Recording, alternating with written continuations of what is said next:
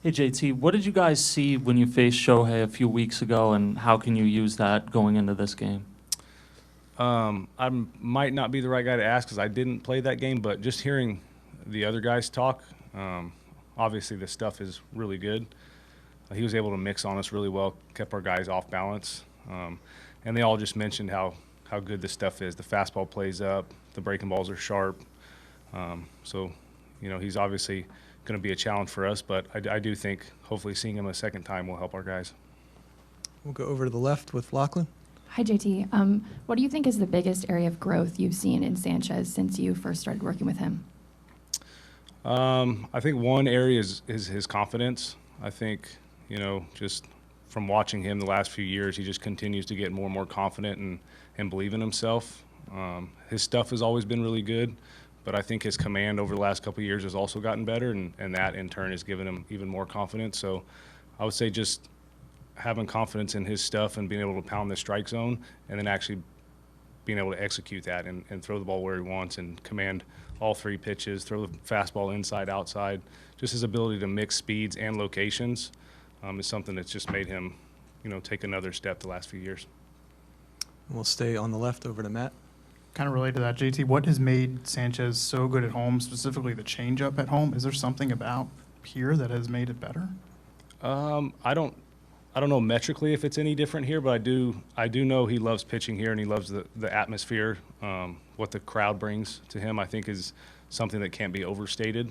Obviously his numbers here have been really good the last few years, so there's something he feels in this ballpark where he just feels at home, he feels confident, and he enjoys dominating here. All right, we'll stay on the left. Paul. JT, obviously you guys haven't announced your rotation for the first 3 games, but if it's 3 straight lefties, what kind of challenges does that present for game planning, or is there some benefits to seeing what does or doesn't work in those first couple games when you got a third straight lefty potentially? Yeah, it can play both sides of it. I think our lefties are pretty drastically different in the way they pitch and the stuff. They all use different pitches. They all throw different velos. So I know there are 3 lefties, but we'll be attacking their hitters differently with all 3 of them. So I don't necessarily think that's a challenge, but it is nice for us to be able to make adjustments as the series go. And obviously, their best hitters, like 2 of their best hitters are left-handed, and they're very good against lefties, but they're elite against right-handed pitching. So I don't see it as if we do end up throwing 3 lefties out there, I don't see it as a problem, but it'll definitely be something that as the series go, we'll have to be paying attention and making adjustments to what's working and what's not. Todd on the left. JT, we know Zach in the pregame meetings, he's pretty relaxed, and I know Nola said he's a little bit more vocal. What's Sanchez like in those pregame meetings when you guys are going over hitters for that night's game? Sanchez, he's definitely relaxed. Maybe not quite as relaxed as Wheels is, but he's really he has an aura of confidence about him. He goes into the meeting not necessarily worrying about what the opposing team does well. He just talks about himself and how he wants to attack and what works for him, and that's something I think is really cool to see the last few years, him grow in that way. He's just got so much confidence in what he does that he's not too worried about the opposing team. Stay on the left. Charlotte. Hey, JT, obviously the full rotation hasn't been announced yet, but when you look at Luzardo's past month or so, what do you think has kind of allowed him to move past the struggles he dealt with in the middle of the season?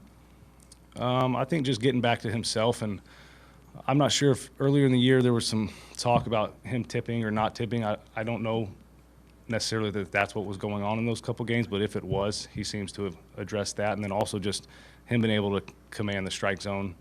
His sweeper throughout the season has gotten better and better, and he's gotten a better feel for it. So I think that pitch has been something that he's been able to elevate his game with and keep the right-handed and left-handed batters off balance with.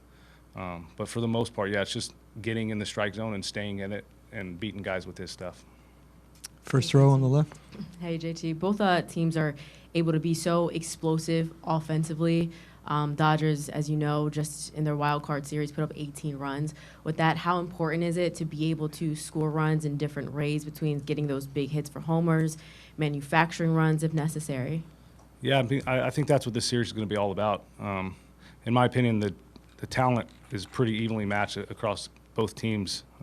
they're extremely talented over that clubhouse, and we obviously have confidence in the guys we have. So the series is going to come down to who's able to get those big hits in the big moments and command the strike zone, both pitching and hitting, and then not trying to do too much when the runners are on base and being able to shorten up, put the ball in play, find the holes. It's going to be a very evenly matched series. So whoever comes up in those big spots and is able to put the ball in play, find the gap, it might not necessarily be the big home run that wins this series. I think it's going to be doing the little things correctly. Is there a little bit more oomph in this because you're playing the defending champions? I think so, absolutely. Yeah, I mean, obviously any team you play in the postseason is going to be a challenge, and you're going to be excited to play. But playing a team like this, I mean, in my opinion, they're the epitome of what Major League Baseball should be. They go out every year, they try to win. Their ownership's awesome. Their front office is great. It's an organization that other teams look up to. So, and I see us as the same way. So I feel like this matchup is going to be a lot of fun, and it's good for the game to have these two teams going at it. We'll go to Matt in the back right here. Hey, JT, is there anything that you personally have done differently this week with the bye as opposed to last year to prep? And collectively, what do you sense you guys have learned from last year's experience that you take into this year's prep? I think I don't necessarily know that I've done anything differently prep-wise. I do know that the rest has been good for myself and I'm sure others. And as far as what we have to do differently, we just have to play better. I think last year there was too much made about the days off situation. I just think, honestly, we weren't playing good baseball going into the postseason. So I don't necessarily think it was the days off that slowed us down. I think this year we've been playing better baseball the last few weeks than we were at this point last year. So we just have to continue what we're doing. And, it's going to be important the first game here to have a spark and get us going in the right direction and try to carry that momentum through the series. We'll stay on the right. Hey, JT, year in and year out, this is a ball club with championship aspirations. What about this year's squad separates you guys from years past? In my opinion, this is probably the deepest team we've had. I think the lineup's as deep as we've had it. I think our bullpen is, in my opinion, the best top to bottom that we've had since I've been here. Obviously, it's tough losing Wheeler. You can't replace a guy like that, but our starting pitching is still very deep. We've got guys that throw the ball really well and have had success at this stage. So obviously we've had some good teams here, but I do feel like this is probably our deepest team we've had. We have time for a couple more. Let's go over to Dan on the left.